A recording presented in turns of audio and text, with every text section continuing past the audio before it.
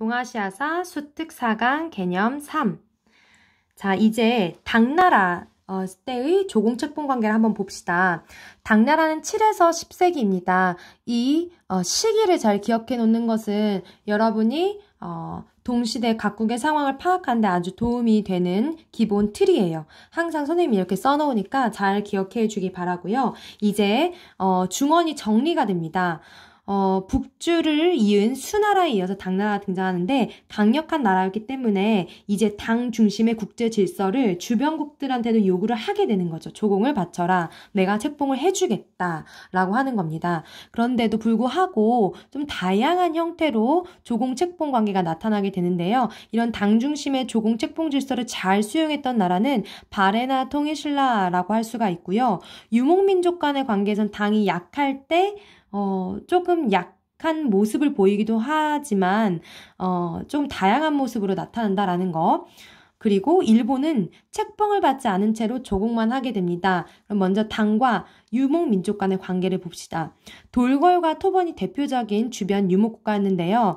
돌궐은 당나라 초기에 돌궐의 조공사절을 당나라가 보냈을 정도의 아주 군사적으로 약했기 때문에 그렇지만 이제 전성기인 당태종 때 돌궐의 일부가 복속이 되고요. 이 돌궐과 관련해서 관련된 비석 몇 개를 소개를 하겠습니다. 돌궐에 대한 문제에서 힌트가 될 수도 있어요. 먼저 퀼택인비인데요. 퀼택은 돌궐의 왕을 지칭하는 카간의 동생이기도 했고요. 장군이기도 했던 그 사람입니다. 퀼택인의 기린비였고요. 이제 톤유쿡비는 이제 돌궐의 명재상을 기리는 비석이죠. 이게 돌궐과 관련된 거고요. 그리고 위구르나 토번이라는 이제 유목민족이 있습니다. 경제적인 이익에 따른 관계였다라고 합니다. 그리고 이게 돌궐을 포함해서 위구르, 토번까지 당나라도 군사적으로 열세일 때가 있었기 때문에 그때마다 공주를 시집 보냅니다. 화번공주라고 하죠. 이 화번공주가 나오면 당대 유목민족 간의 관계에서만 나오는 개념이다라고 알아두면 되겠습니다. 그러면 이제 바레나 통일신라를 보도록 하겠습니다.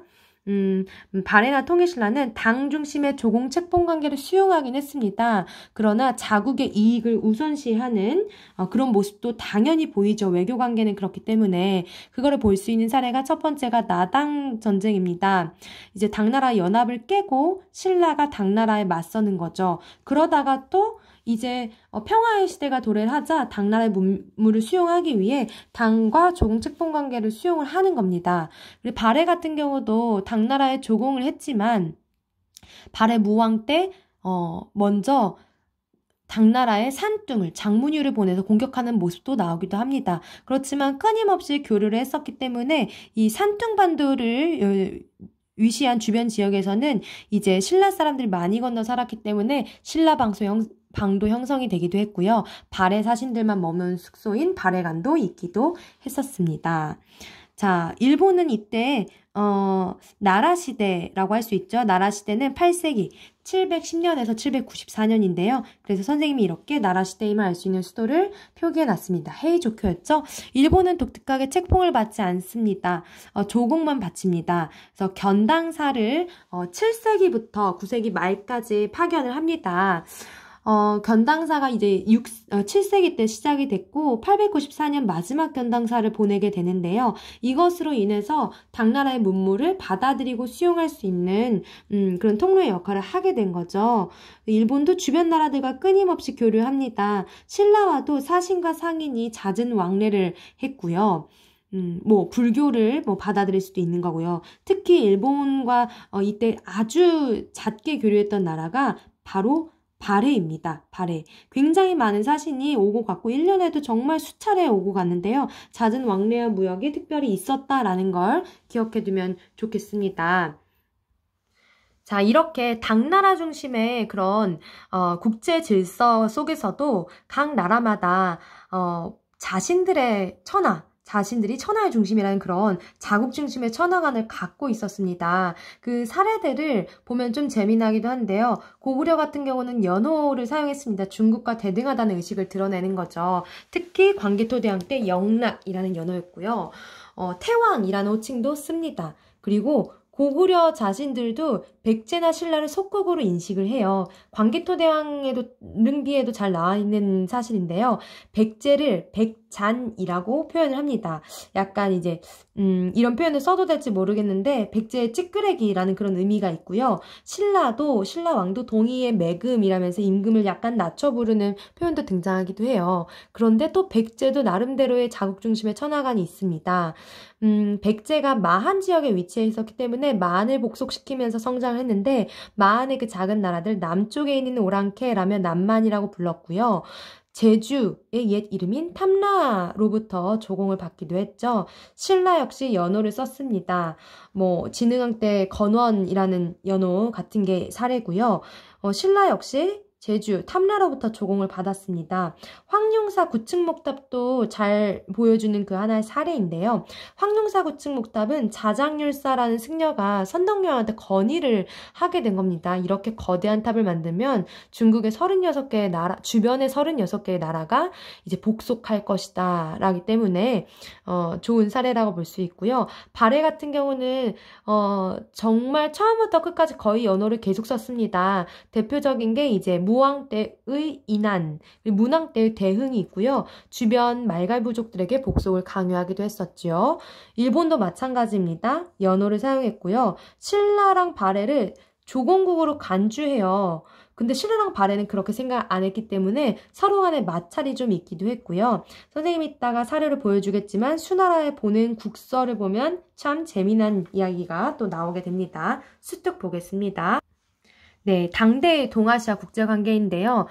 당 중심이었죠. 그래서 신라와 발해도 당 중심의 이런 조공책봉 관계를 수용한 것은 정권을 안정시키고 선진 문물을 도입하기 위함입니다. 그리고 대외적으로 군사적 위협을 대처하기 위한 목적도 있었죠. 그렇지만 어디까지나 자국의 이익을 우선시했다. 그래서 당의 간섭에는 철저하게 대응했다라는 겁니다.